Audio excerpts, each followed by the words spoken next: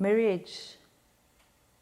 Marriage is one of the difficult and challenging things nowadays, and it's very important that you know what type of a marriage you want to join or you want to sign on. Do you agree on that one?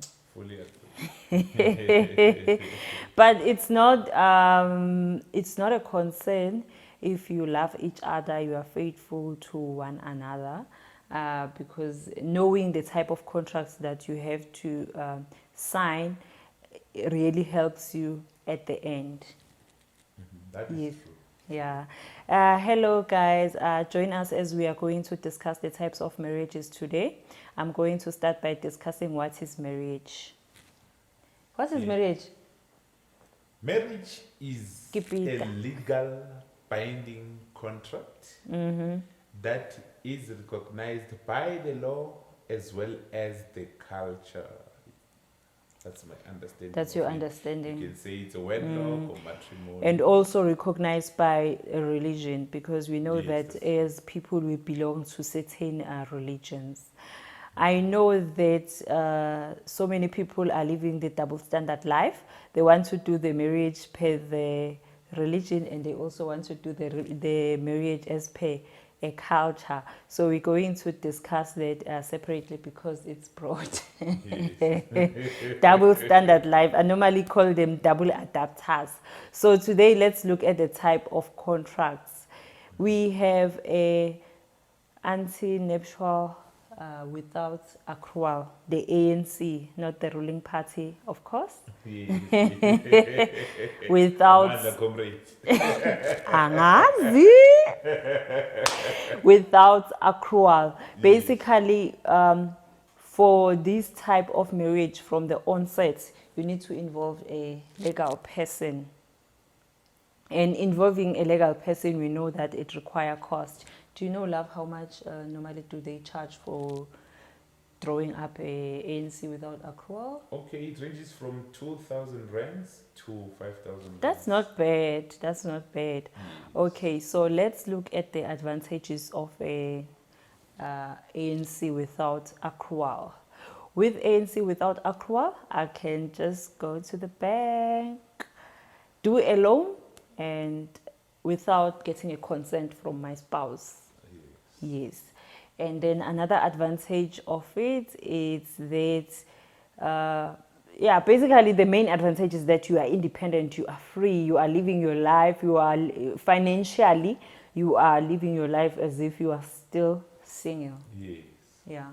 And then another thing that I will also add as an advantage is that you can enter into any contract, you can sell your property without consulting your spouse.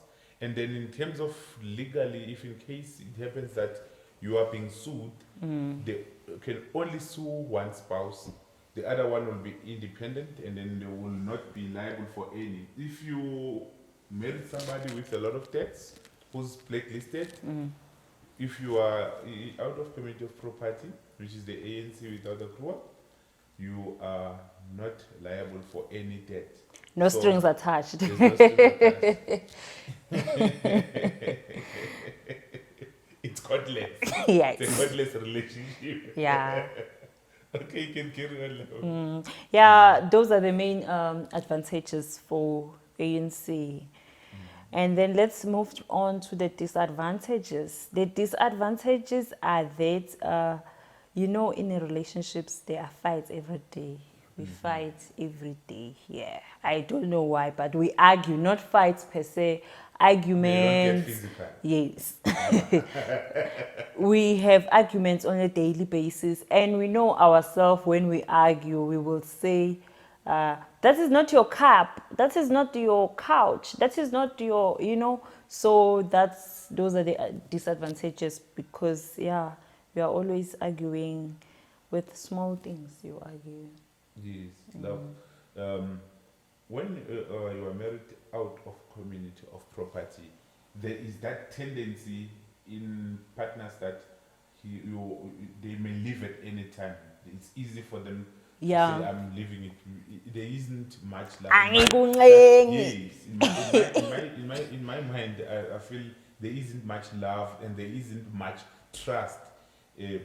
But then at the same time, I will not say go blindly into an in community of property kind of a relationship with somebody whom you know that has got a lot of debts, somebody who's not responsible enough, somebody who's not mature enough to manage his finances, because it actually is going to be the cause of the breakup in the relationship as well. If you are married to such kind of a person who's very reckless, a reckless lender, a gambler, somebody who's taking drugs, who'll just use I think money it's an as a- advantage as well. yeah. You also need If to you have a look at partner that is reckless, you can look yes, at you are the on the safe side. at the out of community of property, because whatever debts he does, it's his debts. It's not your debts. Yeah. Another thing that I wanted to add on the out of community of property, it is good if, for example, you've got children that you have prior you getting married, so that as soon as you get into this marriage contract, your property, your assets will be easily transferable to your kids. However, if you are in community of property, all the things that you have, both the assets and liabilities, they are put together into the contract. Yes. Yeah. That's all about out of community of property. But what is important, if you want to take out of community of property, you need to understand that you can't decide on the date of the wedding that you are taking out of community. So there's a whole process that you need to follow. Please check the Department of Home Affairs website. That's when you can get all the applications, and yeah, and you will be sorted. Thank you so much for watching this video. Look out for another one where we will be discussing ANC with accrual. Bye. Bye.